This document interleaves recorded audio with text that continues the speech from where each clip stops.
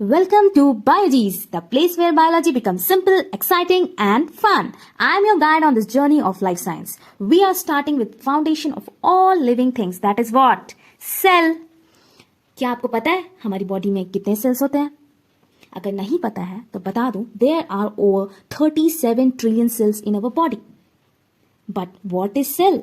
Why is it so important? तो चलिए हमको इस चैप्टर से पता चलेगा कि सेल्स क्यों इंपॉर्टेंट है और सेल्स होते क्या exactly. So what is cell? Cell is the basic structural and functional unit of living organism. But ये स्ट्रक्चरल और ये फंक्शनल, ये तो हम बचपन से पढ़ते आ रहे हैं, जब से हमने बायोलॉजी स्टार्ट की है कि स्ट्रक्चरल एंड फंक्शनल. बट इसका मतलब है क्या? क्यों हम बोलते हैं सेल को structural and functional unit of organism? तो चलिए पहले देखते हैं स्ट्रक्चरल क्यों बोलते हैं. Because it is building block of life. अब ये बिल्डिंग ब्लॉक क्या है?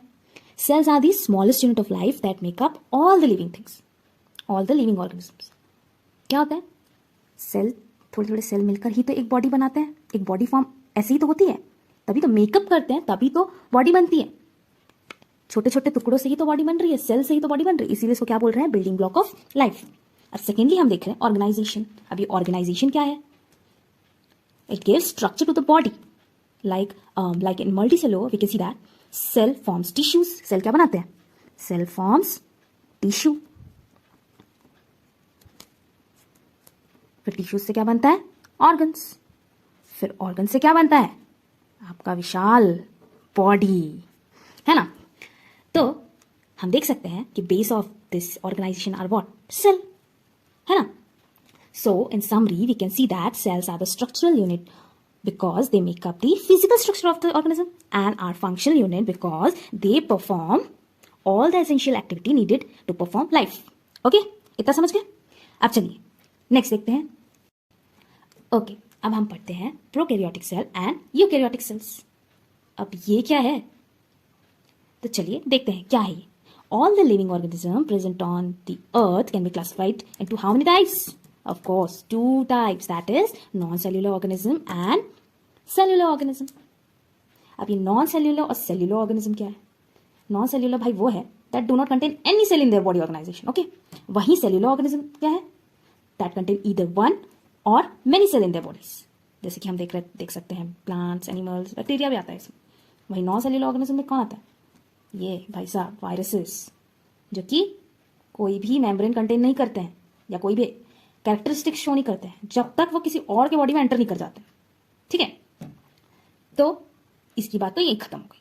सेल्यूलर ऑर्गेनिज्म में प्लांट्स एंड एनिमल्स आते हैं. अब ये यहां पे नहीं खत्म हुआ है, अभी और है. वो क्या है? Prokaryotic and eukaryotic. वो किसमें आ रहे हैं? इसमें ही आ रहे हैं बेटा, इसमें ही. Cellular organism. Cellular organisms are again divided into two main types, that is prokaryotes and eukaryotes. तो चलिए देखते हैं ये क्या है. तो देखिए यहां पे मैंने ऑलरेडी लिख रखा है, cellular organisms are divided into following two main types, prokaryotic cell and eukaryotic cell. Prokaryotic में मैंने क्या लिखा है? These organisms have incomplete cell. क्यों इनकम्प्लीट है भाई ये? क्योंकि इसमें न्यूक्लियस ही नहीं है. बताओ, न्यूक्लियस नहीं तो अब न्यूक्लियोलस कहां से रहेगा? और इसमें मेम्ब्रेन बाउंड सेल ऑर्गेनेल्स है, वो भी एब्सेंट. अब ये मेम्ब्रेन बाउंड सेल ऑर्गेनेल्स क्या क्या होते हैं? माइटोकॉन्ड्रिया, प्लास्टिड्स, एंडोप्लाज्मिक रेटिकुलम, ऐसा सब कुछ इसमें प्रेजेंट ही नहीं है. अब वहीं हम देखते हैं क्या? Eukaryotic cell. ये भाई पूरा कंप्लीट सेल है, एडवांस्ड है. ठीक है, this cell contains what? Membrane bound nuclei and other cell organisms. Okay, अब ये देखते हैं हम यूकैरियोट. अब ये यूकैरियोट्स क्या है? ये भाई एडवांस्ड और कंप्लीट सेल है. This cells contain membrane bound nuclei and other cell organism और ऑर्गेनेल्स. अदर सेल ऑर्गेनेल्स में वही हो गया तुम्हारा plasma membrane, nucleus, DNA, cytoplasm with ribosomes. ठीक है, और सेल्यूलर ऑर्गेनेल्स सबसे बड़ा बाप, power house of the cell, mitochondria, ये कंटेन कर रहा है. ठीक है, अब यहाँ पे मैंने लिख दिया है prokaryotic cell and eukaryotic cell दोनों का डिफ्रेंशिएशन. यहाँ से आप देख सकते हैं साइज जो है प्रोकैरियोटिक का क्या है? छोटा है. कितना होता है इसका? 1 to 10 mm. ठीक है, और वहीं इसका साइज क्या है? ये लार्ज है भाई. इसका साइज होता है, ये तो तुमको रटना पड़ेगा. ठीक है, 5 to 100 mm. अब यहीं देखते हैं, इसमें न्यूक्लियस एब्सेंट है, इसमें न्यूक्लियस प्रेजेंट है. इसमें क्या सिंगल क्रोमोसोम है? इसमें मोर देन 1 क्रोमोसोम. वहीं प्रोकैरियोटिक में क्या है, न्यूक्लियोलस एब्सेंट है, क्योंकि इधर ये भी तो एब्सेंट है, तो ये कहाँ से रहेगा, ये एब्सेंट है। इसमें प्रेजेंट है क्योंकि इधर ये भी प्रेजेंट है। Membrane bound cell organelles are absent, क्या क्या है, माइटोकॉन्ड्रिया होगा, इसमें प्रेजेंट है, क्या क्या है, माइटोकॉन्ड्रिया, प्लास्टिड्स बोल लो, एंडोप्लाज्मिक रेटिकुलम बोल लो, गोल्जी एप्रोटिस बोल लो, लाइसोसोम, ये सब आगे पढ़ेंगे हम लोग। स्ट्रक्चर ऑफ सेल जो आगे नेक्स्ट वीडियो आपका यही है, स्ट्रक्चर ऑफ सेल, उसमें सब पढ़ेंगे, ठीक है।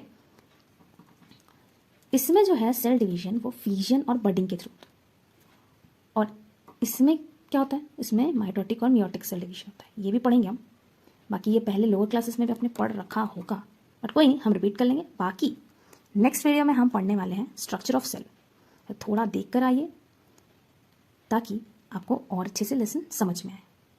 तब तक के लिए बाय बाय।